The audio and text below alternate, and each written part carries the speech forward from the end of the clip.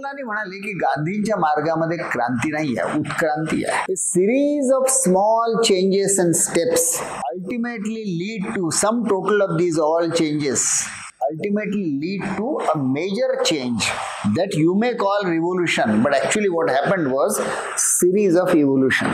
All time change एकाच वेळी घडून जातो असं निसर्गात घडत नसतं. कदाचित एकाच वेळी घडलं असेल, ते बिग बँगचा स्फोट झाला तेव्हा कदाचित एकदा घडलं असेल, पण बाकी समाजामध्ये, जगामध्ये, निसर्गामध्ये छोटे छोटे छोटे छोटे छोटे लाखो कोट्यावधी परिवर्तन होत राहतात आणि त्यांची सम टोटल मिळून मोठा बदल दिसतो.